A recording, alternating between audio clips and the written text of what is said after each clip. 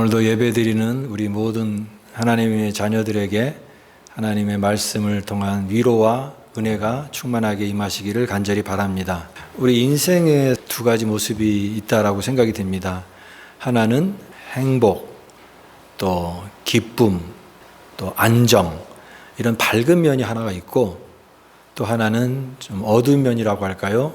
고난, 또 슬픔, 불안함, 이런 모습이 있습니다. 이렇게 흑백처럼 또 어둠과 빛처럼 이 두 가지 양면이 인생 속에 시줄과 날줄처럼 엮여 있어서 우리 삶이 좀 평안한 것 같기도 하고, 또 그러다 보면 또 고난도 찾아오게 되는데, 특별히 우리 고난이라고 하는 것은 우리 인생에서 피할 수 없는 주제 같습니다. 고난을 책으로 배운 것이 아니라 우리가 살면서 누구나 다 참 어려웠던 순간들을 떠올려 보면은 그때가 참 힘들었구나, 고난이라고 하는 것을 생각하는데, 이 고난은 성경의 가장 큰 주제이기도 하고, 또 저도 이 고난에 대해서 좀 많이 생각을 해보기도 합니다. 그러나 돌이켜 생각해 보면은 의미 없는 것이 아니라 다 의미가 있다라는 생각이 들고, 오늘날 우리들의 삶에 또 우리의 믿음을 강화시키는 데 있어서 이런 고난도 큰 유익이 되지 않았는가, 그렇게 긍정적으로 고난에 대해서 생각해 보게 됩니다. 우리도 사실은 믿지 않는 사람들과 우리 그리스도인이 삶이 다른 것이 아닙니다. 다 비슷하죠.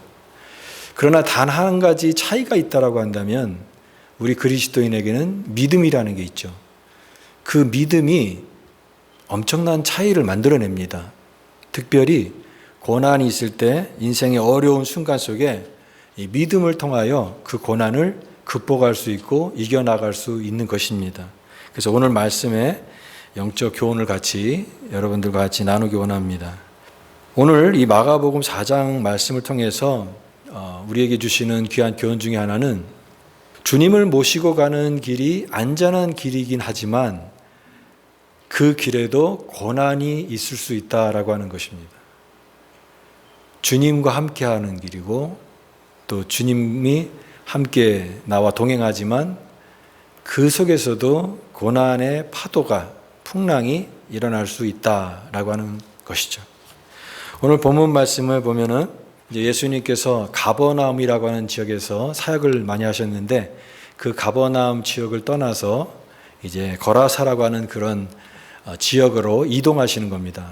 갈릴리 바다에 배를 이용해서 이제 동남쪽으로 배를 타고 가면은 거라사라고 하는 지방이 있는데, 거기에는 이제 이방 지역입니다. 근데 예수님께서 그쪽으로 제자들과 함께 배를 타고 가시는 그때 일어난 사건입니다.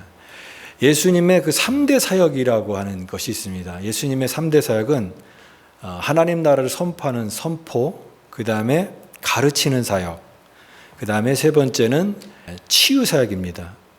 예수님은 항상 사람들 앞에서 말씀을 가르쳤고 천국을 선포했고, 또 병자들, 또 귀신 들린 사람들, 이런 사람들을 계속 몰려오는 사람들을 치유하셨습니다. 그래서 예수님은 너무나 바빴죠. 그래서 식사할, 어떤 복음서에 보면은 식사할 겨를조차도 없을 정도로 예수님의 그 사역이 굉장히 바빴던 것을 볼 수가 있습니다. 피곤할 수밖에 없는 것입니다.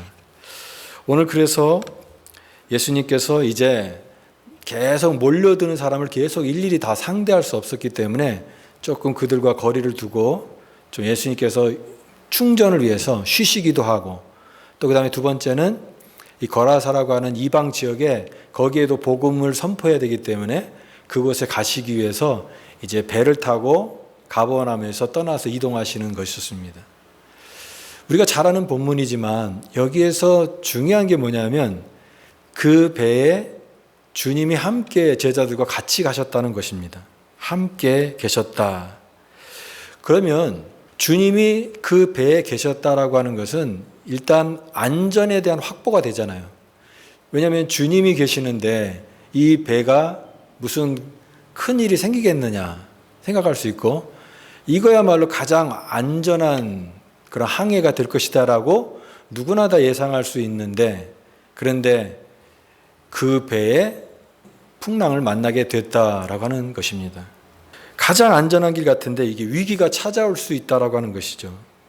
오늘 37절 말씀 보니까 큰 광풍이 일어나며 물결이 배에 부딪혀 들어와 배에 가득하게 되었더라. 재난 영화 같은 데를 보시거나 또 배를 타면서 이게 파도를 경험하신 분들은 이 배에서 풍랑 만났을 때 그 위기감을 실감이 날 겁니다. 마치 영화의 한 장면처럼 그렇게 굉장한 위기가 찾아오게 되었고 이 제자들이 지금 생과 사의 갈림길에 서 있을 정도로 그렇게 심각한 상황이었다라고 보여집니다. 근데 예수님은 어떻게 하고 계셨냐면은 이 성경에서도 참 이런 장면을 잘 찾아보기 쉽지 않은데 예수님이 주무셨다라고 하는 표현이 나오는 것입니다. 예수님이 주무셨다. 어디서요? 고물에서 베개를 베고 주무셨다. 고물이라고 하는 데가 배 뒤편을 말합니다. 그 뒤편에서 예수님께서 잠드신 거죠. 왜냐하면은 아까도 설명했던 것처럼 수많은 사람들과의 사역을 통해서 진짜 몸과 마음이 다 지친 거죠. 예수님은 하나님이시지만 또한 그분은 인간의 몸을 입기 때문에 인간으로서 느끼는 피로감 다 당연히 있을 수밖에 없다라고 여겨집니다. 너무 피곤하셔서 예수님이 잠에 깊이 빠지신 거죠. 그러니까 이 제자들이 얼마나 두려웠겠습니까? 배는 지금 파도가 너무 쳐서 이제 죽음의 위기가 닥쳐지고 그런데 예수님은 주무시고 계시고 이런 상황입니다.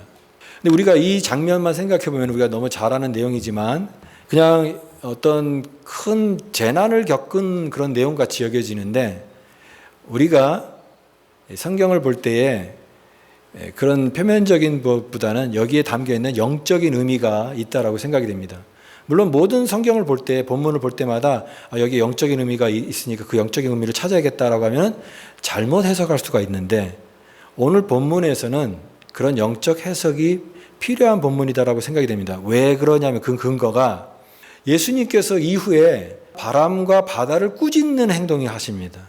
여러분, 예수님께서는 귀신 들린 사람들이라든가 어떤 인격적인 어떤 그런 대상에 대해서 책망하시고 꾸짖으시고 하는데 바람과 바다라고 하는 것은 그런 인격체가 아니잖아요. 비인격체적인 존재를 향해서 어떻게 보면 자연에 속한 그런 이 세상을 향해서 꾸짖으시고 또 이렇게 명령하시는 그런 내용을 볼 수가 있습니다. 이것이 여기에 담겨 있는 의미가 있기 때문에 우리가 볼 수 있는 것입니다. 그리고 그것과 연결해서 예수님은 바다도 꾸짖으셨지만 제자들도 꾸짖으십니다. 제자들도 그들의 믿음 없음에 대해서 예수님께서 말씀하시는데 물론 이것은 우연한 사건이 아니라 결국은 이 사건을 통해서 오늘 제자로 살아가는 우리에게도 주는 귀한 영적 교훈이 있다라고 믿습니다. 바로 위기 속에서 믿음은 무엇인가? 위기가 있을 때 하나님의 백성들은 어떻게 해야 되느냐? 여기에 대한 깊은 교훈과 통찰을 주고 있는 그 본문으로 보는 것입니다. 성도라고 해서 왜 고난이 없겠습니까? 교회 신앙생활 하다 보면은 사람들이 와서 교회 와서 기도하는 내용들이 다 무엇입니까? 힘든 거 해결해 달라고 기도하는 거잖아요. 하나님, 나 우리 집에 이런 문제가 생겼습니다. 나에게 이렇게 어려운 일이 생겼습니다. 또 육체가 또 병이 생겼습니다. 여러 가지 문제가 항상 생길 때 그때 하나님 앞에 그 문제를 해결해 달라고 간절히 기도하고 그런 모습을 저도 많이 봤고 또 저 자신도 이렇게 어려울 때 하나님 앞에 나아가서 기도하는 경우가 참 많습니다. 그러니까 성도라고 해서 이 고난이 없는 것은 아니라고 하는 것입니다. 우리는 하나님의 자녀이지만 고난의 무풍지대에 살고 있잖아요. 고난을 바람을 맞을 수도 있고 그 풍랑에 어떤 직접적으로 정말 큰 데미지를 입을 수도 있는 그런 환경 속에서 살아갑니다. 그러니까 우리가 고난이 없다라고 하는 것이 아니라 고난이 있지만 고난이 있다라고 하는 것을 기억해야 되고 그렇지만 우리가 이 위기가 있을 때에도 그 위기를 잘 극복하는 게 중요하다라고 하는 것입니다. 성도는 위기를 만나서 좌절하거나 허둥대기보다는 주님 안에서 그것을 잘 극복하는 그런 은혜가 있어야 되겠다 생각이 됩니다.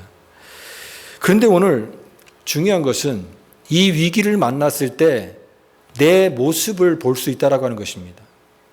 먼저 자기 자신의 모습을 살펴야 된다. 고난을 통해서 우리는 나 자신이 어떤 믿음을 갖고 있는가를 볼 수 있다라고 하는 것입니다. 근데 오늘 제자들이 이런 풍랑을 만났는데 반응이 나옵니다. 두려움이 사로잡혔습니다. 큰 두려움이 생기니까 마음이 정말 많이 흔들릴 수밖에 없었던 것이죠. 물론 고난의 파도가 풍랑이 막 올 때 내가 이제 내 마음이 믿음을 잘 점검해야 되는데 뭐 그런 여유가 사실은 쉬운 건 아닙니다. 그러나 그럼에도 불구하고 이 고난 자체만을 바라보는 것이 아니라 우리는 하나님의 성도, 자녀로서 이 고난을 통해서 내 믿음을 볼 수 있는 그런 아주 중요한 그런 계기가 될 수 있다라고 하는 것입니다. 그런데 오늘 제자들의 모습을 보면은 이 두려움이 먼저 이렇게 그들을 사로잡았던 것을 볼 수가 있습니다. 여러분 인생 살면서 어려운 일을 당했을 때 이 두려움, 걱정, 근심, 염려가 여러분을 삼키지 않도록 해야 됩니다. 거기에 너무 사로잡히다 보면 아무것도 할 수가 없고 거기에 빠져가지고 허둥대다가 끝날 수밖에 없는 것이죠. 이 제자들이 이렇게 두려움에 빠진 것도 문제이지만 거기서 한 단계 더 나가면 어떻게 되냐면 불평이 나오기 시작합니다. 불평. 여기 제자들이 예수님을 깨우면서 뭐라고 얘기했냐면 우리가 죽게 된 것을 돌보지 않습니까? 이 말은요, 약간의 뉘앙스가 흥분되고 그러면서 약간의 불평도 섞여 있는 그런 말이라고 생각이 됩니다. 지금 우리 다 모든 사람들이 지금 살 길을 찾아서 지금 정신이 없는데 여기에서 혼자 주무시고 계시면 어떡합니까? 예수님께 약간 따지는 듯한 약간 그런 불평의 모습이 은근히 자연스럽게 나오는 것을 볼 수가 있습니다. 근데 이런 행동들이, 이런 태도들이 우리의 믿음과 연결되어 있다라고 하는 것을 놓치면 안 되는 것입니다. 우리가 여러분 평상시에는 믿음 있는 사람도요, 그 믿음이 어떤 고난을 겪게 됐을 때, 어려움을 겪게 됐을 때는 그 믿음이 전혀 보이지 않는 그런 경우가 많습니다.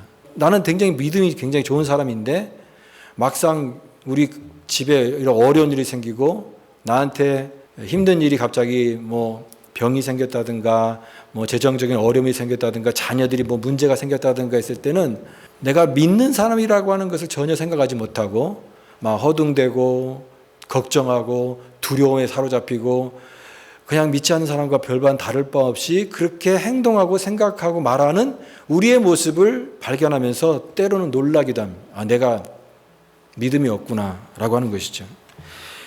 그러니까 위기를 만날 때에 그 사람의 믿음이 어떤지를 잘 살펴볼 수 있습니다. 예수님께서 이 제자들에게 그렇게 말씀하시죠. 너희가 어찌 믿음이 없느냐. 너희가 어찌 믿음이 없느냐. 여기서 예수님께서 어찌 믿음이 없느냐라고 하는 말은 아직도라고 하는 말입니다. 너희들 아직도 믿음이 없느냐라고 말씀하시는 거예요.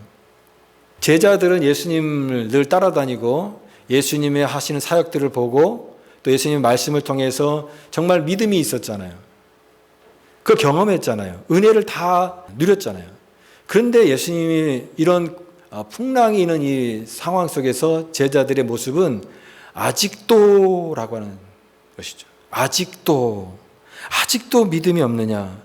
주님에 대해서 많이 아는 것 같은데 가만히 보니까 무지한 거예요. 그리고 믿음이 있는 것 같은데 그 믿음이 정작 이런 상황에서는 아무런 힘도 발휘할 수 없는 그런 아주 연약한 그런 믿음의 모습을 보여주고 있는 것입니다. 그래서 이런 위기가 때로는 우리의 믿음에 대한 필요한 부분이 되는 것이죠. 여러분 어떤 사람은 위기를 만나게 되면 사람마다 다 반응이 다르겠지만 화를 내는 사람이 있잖아요. 화. 왜 나에게 이런 일이 생겼을까? 그리고 자신에게 있는 불행한 것을 다른 사람을 탓하는 경우도 많습니다. 저 사람 때문에 내가 이렇게 힘들게 됐다. 그 짜증을 내는 거죠. 이런 불안한 상황이 갖고 있는 그 상황에 대해서 이렇게 가장 쉽게 할 수 있는 인간의 본성적 반응은 이 짜증을 내는 것이고 이 불안감을 해소하기 위해서 그렇게 반응하는 것입니다. 또 어떤 사람은 너무너무 낙심하는 거예요. 그냥 세상이 다 끝난 것처럼 여기서 다 모든 게 다 끝난 것처럼 너무 낙심하고 절망해서 밑바닥까지 쫙 가라앉는 그런 사람도 있습니다. 그런 것은 믿는 자의 올바른 모습이 아니라고 하는 것입니다. 우리가 인생의 풍랑을 만났을 때 흔들리지 않는 믿음의 모습을 그러면 어떻게 가져야 될까요? 저는 오늘 본문 속에 나와 있는 예수님의 모습을 봐야 된다라고 생각이 됩니다. 예수님께서 이 풍랑을 이는 제자들은 불안해하고 막 우왕좌왕했지만 예수님은 주무시고 계셨잖아요. 근데 그 주무시는 모습을 생각해보면 예수님의 평온이 있었던 겁니다. 평안함. 물론 너무나 피곤해가지고 지금 주변 상황이 어떤지 전혀 감지하지 못한 상황에서 그냥 잠에 취해가지고 예수님이 그런 걸 인지하지 못했다고 생각할 수도 있겠지만 주님께서 왜 모르시겠습니까? 그러나 그 상황이 아무리 바깥에 있는 요란한 상황이라 할지라도 한 가지 흔들릴 수 없었던 게 뭐냐면 주님 안에 있는 내적 평안이 있었기 때문이라고 생각이 됩니다. 여러분, 우리 그리스도인이 추구하는 게 무엇입니까?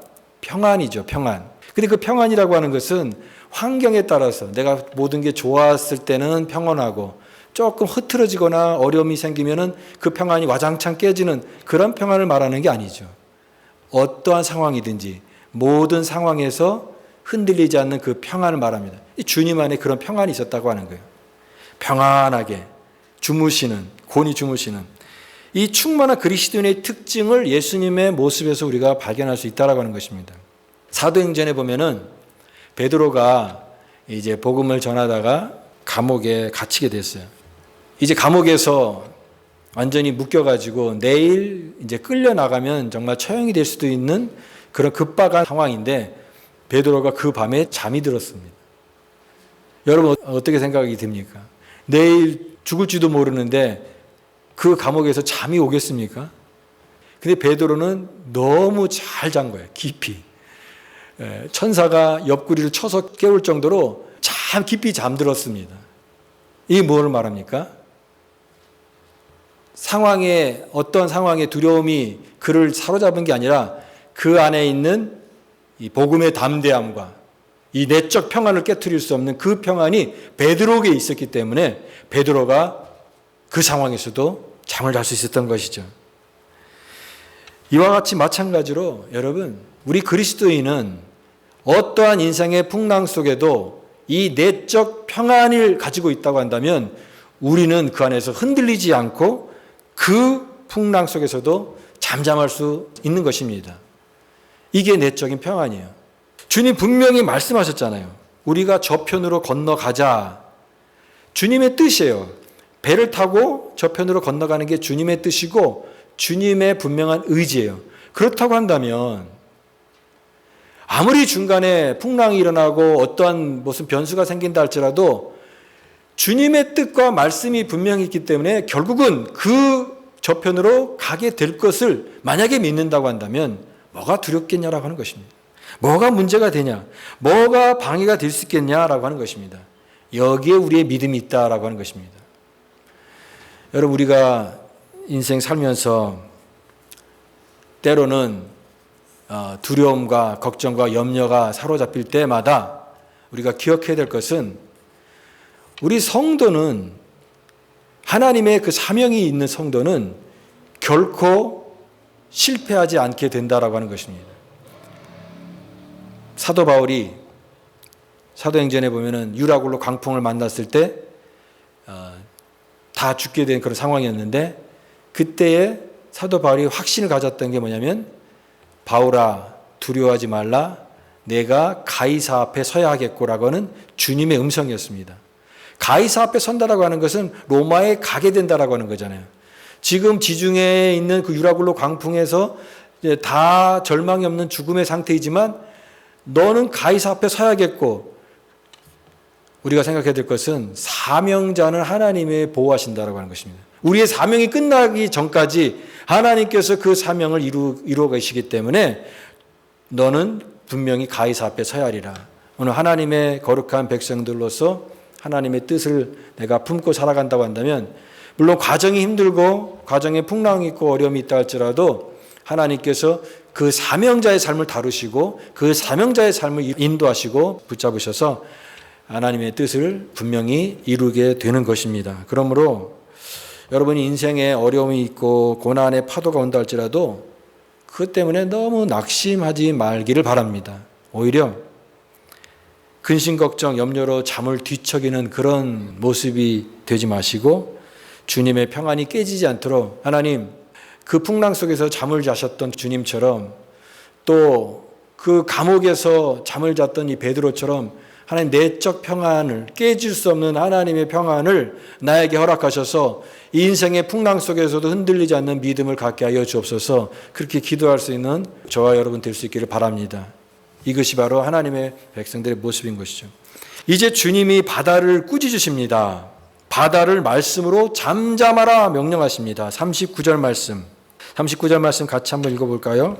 시작. 예수께서 깨어 바람을 꾸짖으시며 바다더러 이르시되 잠잠하라 고요하라 하시니 바람이 그치고 아주 잔잔하여 젖더라. 아멘. 오늘 이 말씀은요, 주님께서 이 자연계에 대한 모든 권세와 통제권을 가지고 계시는 주님인 것을 선포하는 그런 말씀입니다. 이것은요, 창세기에 하나님께서 태초에 천지를 창조하실 때 빛이 있으라라고 하실 때 이 자연이 주님의 절대적인 명령 앞에 그렇게 실행이 되었던 것처럼 이 자연과 우주 만물을 모든 걸 다스리시는 통제권, 주권자 되신 하나님의 모습을 보여주고 있는 그 예수님의 모습을 오늘 마가복음이 선포하고 있는 것입니다. 그분이 제자들에게 또한 말씀하십니다. 너희가 어찌하여 믿음이 없느냐? 이 자연 만물을 다스리시는 주님께서 그 말씀으로 이 모든 것을 통제하시는 주님께서 제자들의 마음속에 일어나는 이 풍랑을 보시면서 너희에게 어찌하여 믿음이 없느냐라고 말씀하십니다. 주님이 관심 갖는 것은 이 풍랑이라고 하는 자연의 어떤 그런 조건과 환경이 아니에요. 제자들에게 관심 있고 그들의 믿음이 예수님의 가장 큰 관심사였습니다. 오늘 주님도 우리가 겪고 있는 고난, 내가 이런 고난이 있어요. 나에게는 이런 문제가 있어요. 그런 문제를 세세도록 주님이 다 알 필요는 없습니다. 그렇지 않겠습니까? 주님이 가장 관심 갖는 것은 우리의 마음에 있는 믿음인 것입니다. 저 사람이 정말 믿음이 있는가? 저 자녀가 하나님의 자녀로서 정말 이런 상황 속에서 어떤 믿음을 갖고 있느냐? 바로 그 주님의 관심사인 거죠. 믿음은 그런 의미에서 위대한 능력입니다. 믿음은 인생의 모든 두려움을 이기는 거예요. 인생의 풍랑 속에서도 무너지지 않는 것입니다. 주님이 함께 하심을 의심하지 않고 더욱 신뢰할 수 있다면 풍랑에서도 두렵지 않을 수가 있습니다. 그런 믿음을 가지라고 하는 거예요. 그런 믿음을. 오늘 그런 믿음 갖기를 간절히 바랍니다. 그런 믿음, 주님 원하시는 그런 믿음이에요. 이 말씀은요, 너 이제 앞으로 이제 풍랑 없게 해줄게, 그런 말씀이 아니에요. 너 인생 살아가면서 풍랑이 와도 그냥 다 비껴가고 너한테는 아무 어려움도 없을 거야, 그런 의미로서 주님께서 보장하시는 게 아니에요. 이 말씀 무엇입니까? 풍랑이 있다, 있을 것이다. 너의 인생에 풍랑이 있고 어려움도 있을 것이다. 그러나 기억하라. 그 속에서도 무너지지 않는 하나님의 보호하심이 있어서 너가 믿음으로 이겨나가면 그 풍랑도 이겨나갈 수 있다. 그때 너와 함께 하시는, 너와 함께하는 이 주님의 그 모습을 기억하라고 하는 말씀인 것이죠. 이 사건은요, 결론적으로 제자들이 이제 시간이 지나서 나중에 그때 그런 일이 있었지. 정말 그때 너무 죽을 뻔했는데 참 고생했어. 그래도 살아서 다행이야. 과거에 예전에 있었던 일들에 대한 어떤 고생했던 이야기로 끝나는 이야기가 아니에요.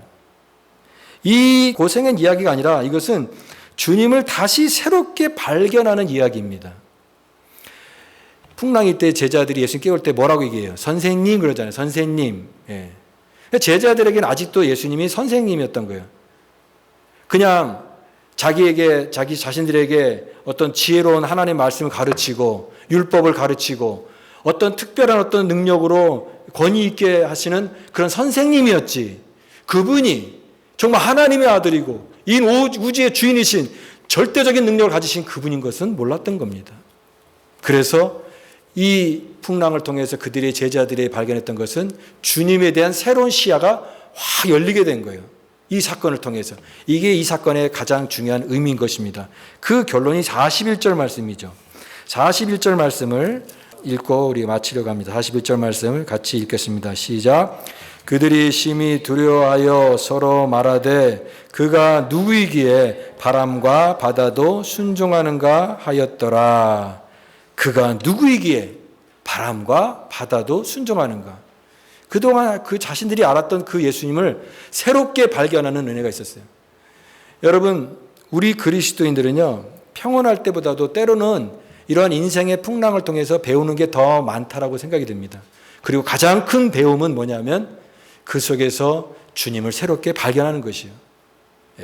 예수님이 어떤 분이신지, 주님이 나의 삶 가운데 어떻게 역사하시는지를 깊이 깨닫는 그 교훈만큼 더 귀한 것은 없다라고 하는 것입니다. 오늘 우리 인생의 삶에도 인생의 풍랑이 몰려올 수가 있죠. 어려움이 있을 수가 있습니다.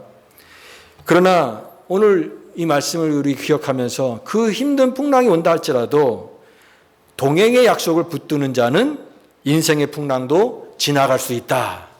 평온한 풍랑에 모든 걸 잠재우시는 주님의 능력을 경험함으로써 우리의 믿음이 새로워질 수 있다라고 하는 귀한 교훈을 얻습니다. 이러한 믿음과 담대함을 가지고 인생에 있는 풍랑이 온다 할지라도 그 두려움을 넘어서서 마침내 저편으로 가자. 그 주님과 함께 저편으로 가는 동행의 역사와 축복이 우리 모두에게 있기를 간절히 축복합니다.